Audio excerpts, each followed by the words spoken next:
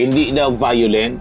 Attorney Michael Poa, spokesperson of Vice President Sara Duterte's defense team, earlier claimed that Duterte has never been violent after reports that she already threw a laptop at him.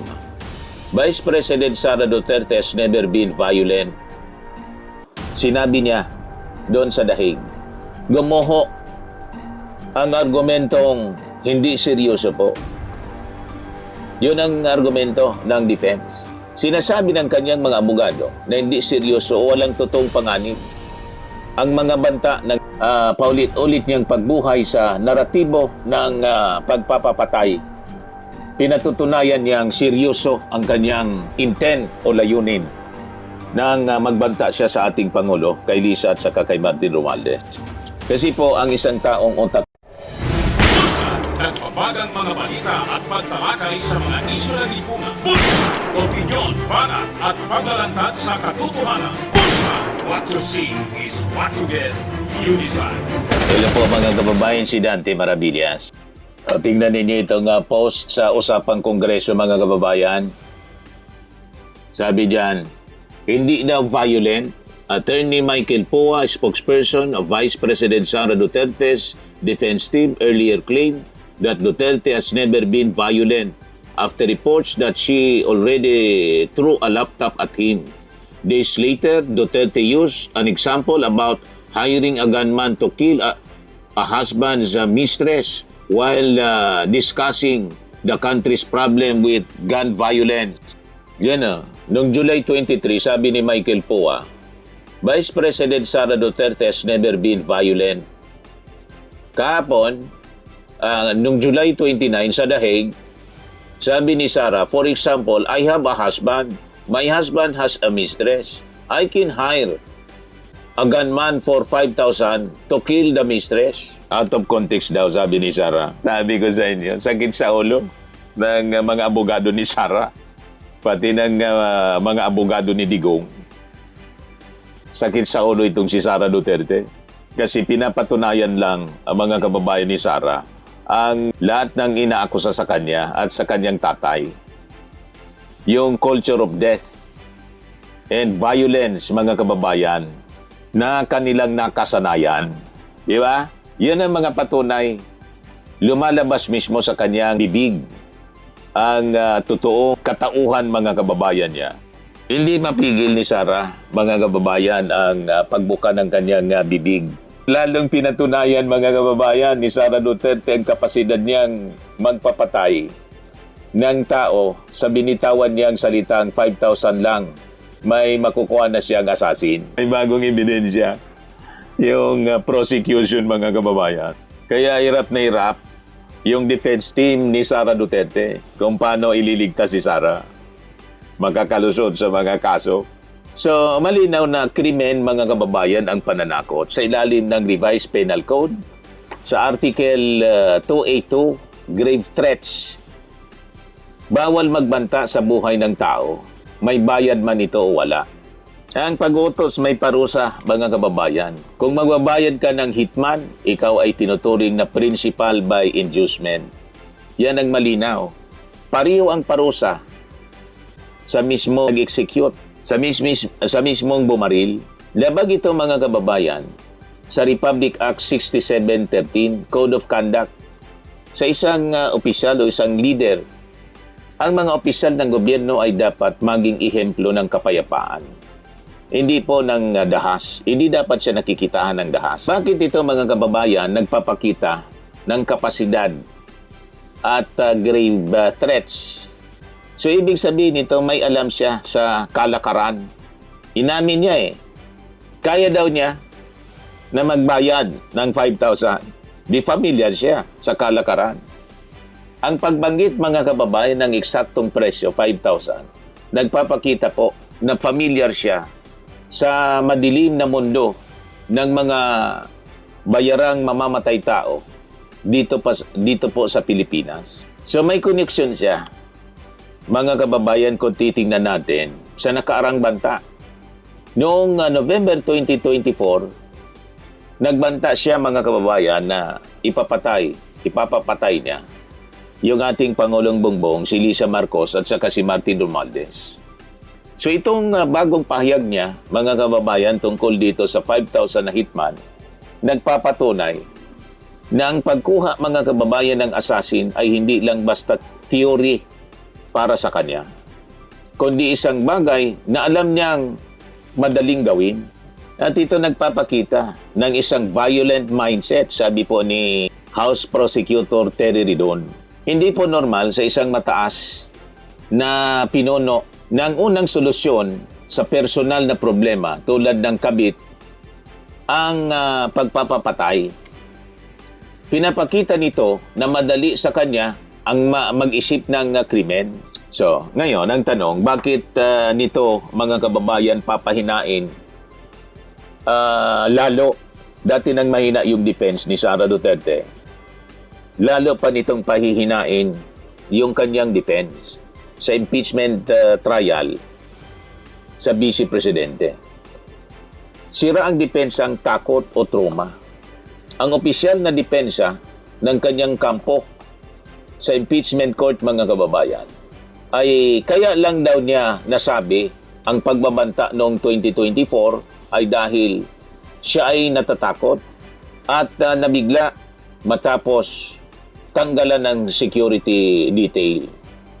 Ngunit dahil muli siyang nagsalita, mga kababayan, tungkol sa pagkuha ng gunman, pinatutunayan nito ang kaugalian nandun sa kanyang pattern ng kanyang pananalita, ang pagbabanta. Kahit hindi siya po emosyonal o natatakot, tulad ng sinabi niya doon sa dahig. Gumuho ang argumentong hindi seryoso po. Yun ang argumento ng defense. Sinasabi ng kanyang mga abogado na hindi seryoso o walang totoong panganib ang mga banta ng Vice Presidente. Pero dahil siya na mismo ang nagsabi na napakamura at napakadaling mag-hire ng killer sa Pilipinas, ibig sabihin ay seryoso at madaling magkatotoo ang kanyang mga banta. So, nagets na ninyo, mga kababayan? So, nandiyan ang ebidensya ng intent o layunin, mga kababayan, para mapatunayang nagkasala sa batas ang isang tao. Kailangang ipakita na seryoso ang isang akusado sa kanyang mga salita, tulad ni Sara Duterte. So, ang paulit-ulit niyang pagbanggit sa mga hitman sa magkakaibang okasyon, mga kababayan, ay maaring gagamitin ng mga taga-usig bilang patunay na hindi siya nagbibiro at seryoso ang kanyang inklinasyon sa dahas, mga kababayan. Ngayon, dito tayo sa kawalan ng integrity at matinong pag-iisip ng Vice Presidente. Kasi kung matino ang pag-iisip mo, hindi ka magsasalita ng ganyan. So bilang isang pangalawang Pangulo, pinakang mataas na pinuno ng bansa, ang bawat salita ay may bigat ng batas at estado. Ngunit ang mga pahayag ni Sara Duterte ay hindi na gawa ng isang matinong leader, kundi isang pag-aming kriminal, mga kababayan. Mula sa pananaw ng batas at lohika, winasak na niya ang kanyang sariling integridad, mga kababayan. Ito yung tinatawag na admission against interest. Ang kaalaman sa tiyak na taripa ng pagpatay, 5,000 pesos daw, pwede na, ay hindi impormasyong taglay ng isang inosenteng tao. Ito ay ebidensya ng malalim na koneksyon at familiarity sa mga sindikato, mga kababayan. Kahit nga po yung pag-withdraw ng pera sa bangko na dinaan sa fire exit, puro cash at nakalagay sa duffel bags. Pansindikato po yon, nagalawan. So kung ang Vice Presidente, mga kababayan, ang isang Vice Presidente, ay alam ang presyuhan ng pag-hire ng killer, hindi na siya tagapagtanggol ng ating konstitusyon. Siya ay kasabwat kasabwat na sa kultura ng krimen, mga kababayan, yan ang lumalabas. Di ba?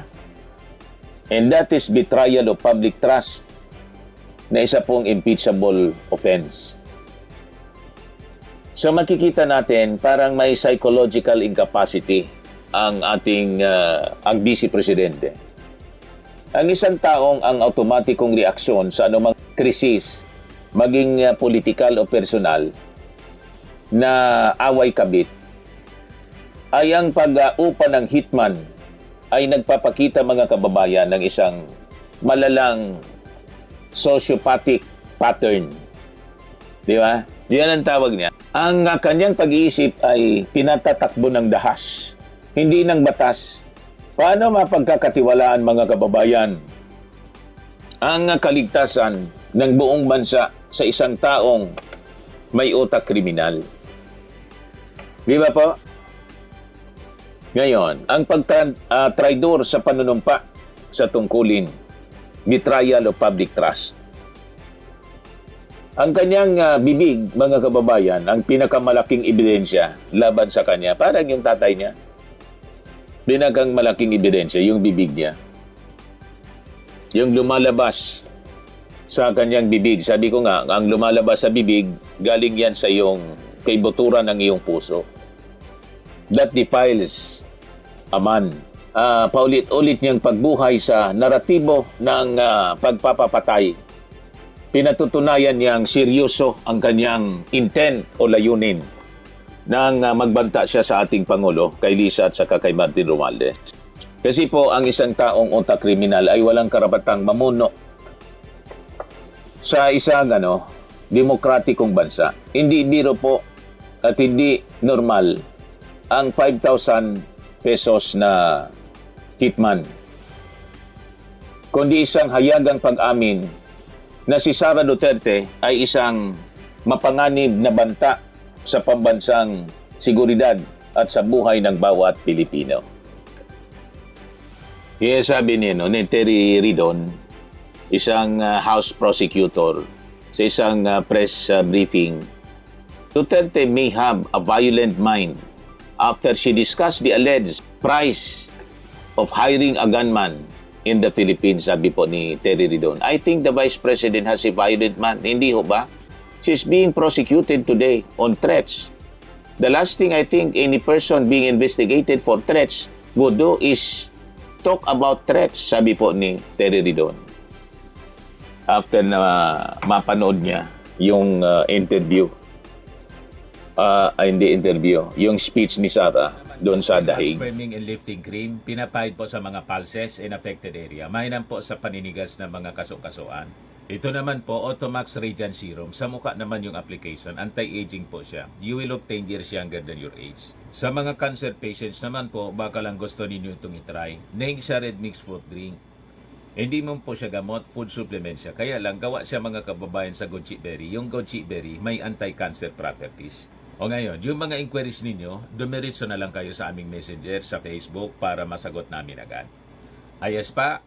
Ayos na ayos niya, Mr. Maravilla. Sa mga nagana po ng malinis and spacious fitness gym, pumunta lang po kayo sa aming Colossal Fitness Gym. May Grab car rental din po kami. But anyway, ito po pala yung aming bagong product na binibenta online. I am worldwide amazing pure organic barley powdered drink mix from Australia. Negosyo to ng aking anak na architect entrepreneur Riz Maravillas. Ayan po. Kontakin na lang po ninyo siya, Riz Maravillas on Facebook.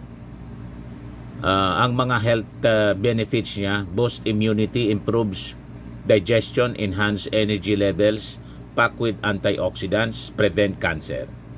Ito naman po yung bago naming product na binibenta online.